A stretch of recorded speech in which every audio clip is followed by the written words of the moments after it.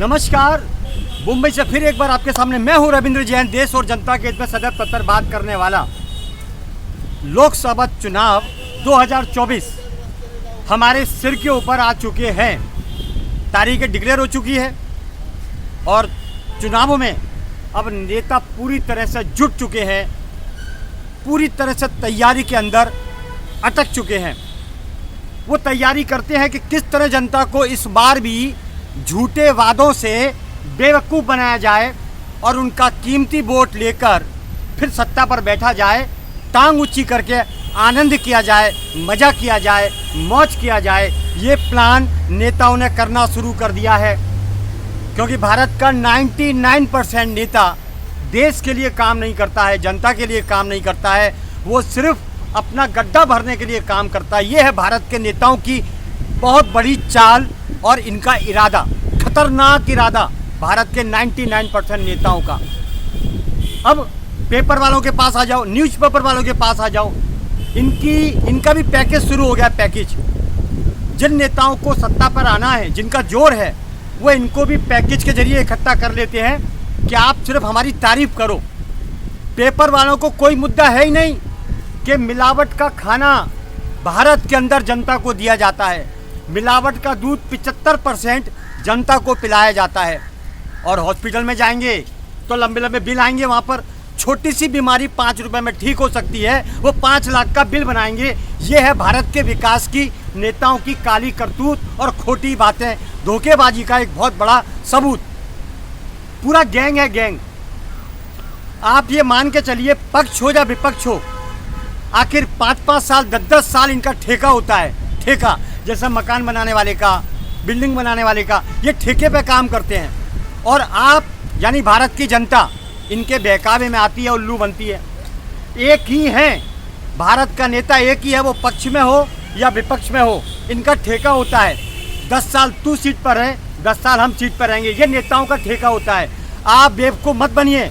भारत की जनता से विनती है, ऐसे नेताओं को चुनिए जो ज़मीन पर चलते हों, जनता के बारे में सोचते हों। लेकिन आप किसे चुनेंगे? यहाँ तो सब एक के बाप एक हैं, एक के बाप एक है। घोटालेबाज बड़े बड़े, यहाँ रेपिस्ट को टिकट दी जाती है, या घोटालेबाजों को टिकट दी जाती है, या चोर चक्के को टिकट दी जाती है। कैसा है भारत का संविधान और कानून, न्याय व्यवस्था चौपट हो चुकी है, किसी की नहीं चलती। यहाँ तो मनमानी होती है शासन और प्रशासन की।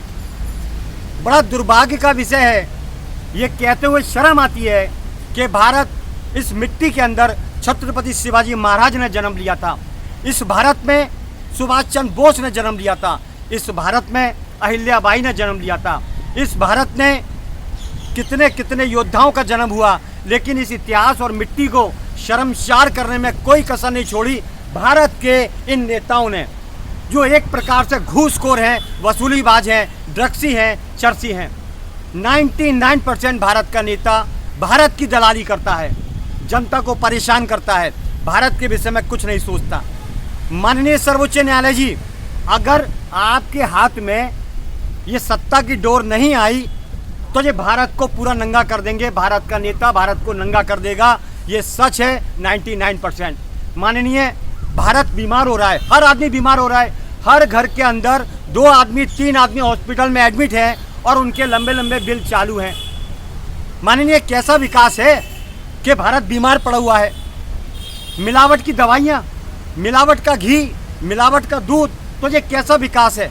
माननीय, ये भारत का विकास नहीं, ये भारत का और जनता का विनाश है। ये बात सच है। हर आदमी हॉस्पिटल में एडमिट है। माननीय, आखिर क्या वजह है कि भारत बीमार हो रहा है? भारत को बीमार हो रहा है नहीं, भारत को बीमार किया जा रहा है।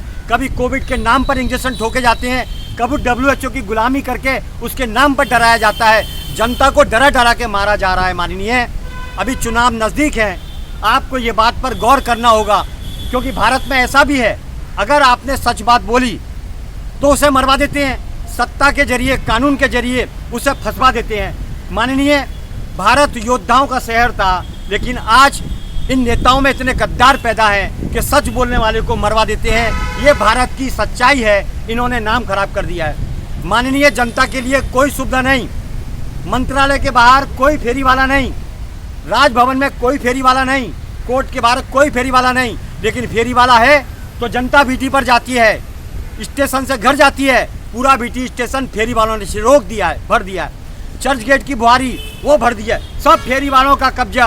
अब धीरे धीरे ऐसा होगा कि ट्रेनों के अंदर भी फेरी वाले आ जाएंगे। ये सब नेताओं की चालें हैं। ऐसे नेताओं को न चुने जो सिर्फ अपना भला करते हैं, सिर्फ अपना भला करते हैं। इनको इनकी औकात बताने का टाइम है। लोकसभा 2024 चुनाव आएगा, जमीनी नेता को चुनिए। जैसे नितिन गडकरी है, योगी आदित्यनाथ हैं और दक्षिण मुंबई से महाराष्ट्र में मंगल प्रभात लोढ़ा है। जो जमीन पे चलता है, जनता के हित में काम करता है, वही नेता चुनिए। गलती से भी अगर दारूबाज, ठर्रेबाज, अय्याश नेता को चुन लिया तो वो आके आपको नंगा कर देगा, खुद अय्याशी में पड़ा रहेगा। आप गौर करिए, भारत बीमार पड़ा हुआ है, हर आदमी एडमिट है, ज़्यादा से ज़्यादा घर के लोग एडमिट है हॉस्पिटल के अंदर, और लंबे लंबे बिल बन रहे हैं। कुछ नहीं, कानून व्यवस्था चौपट हो चुकी है। यहाँ पर वसूली होती है, खुलेआम वसूली होती है। कार पार्किंग के नाम पर कोर्ट के बाहर वसूली होती है। शर्मनाक विषय है। आखिर कानून व्यवस्था चौपट। 2024 लोकसभा, ध्यान रखिए और मजबूत प्रत्याशी को वोट दीजिए। डरने की जरूरत नहीं है, मरना तो है, वैसे भी मरेंगे और इन गुंडों के हाथों भी मरेंगे, कोई फर्क नहीं पड़ता है। माननीय, आपकी अदालत में भी तारीख पे तारीख मिलती है, तो आप भी क्या करेंगे, तारीखी देंगे। क्योंकि यहाँ पर फर्जी केस भी बहुत सारे दर्ज होते हैं। जरा जरा बात पे केस दर्ज होते हैं कि मेरा कुत्ता भाग गया है, केस दर्ज कर दिया, फलाने ने ऐसा कह दिया है, केस दर्ज कर दिया। माननीय, इस पर गौर किया जाए। आपके यहाँ वही केस आए जो मजबूती के साथ पढ़ने, लिखने और समझने योग्य हों। बस इतना ही काफ़ी है। लोकसभा 2024 में जो अच्छे नेता हैं उनको सीट दिलाइए, और जो करप्ट नेता हैं, उलझाने वाले नेता हैं, परेशान करने वाले नेता हैं, उनको उनकी औकात दिखाइए। मैं हूँ मुंबई से रविंद्र जैन। जय हिंद।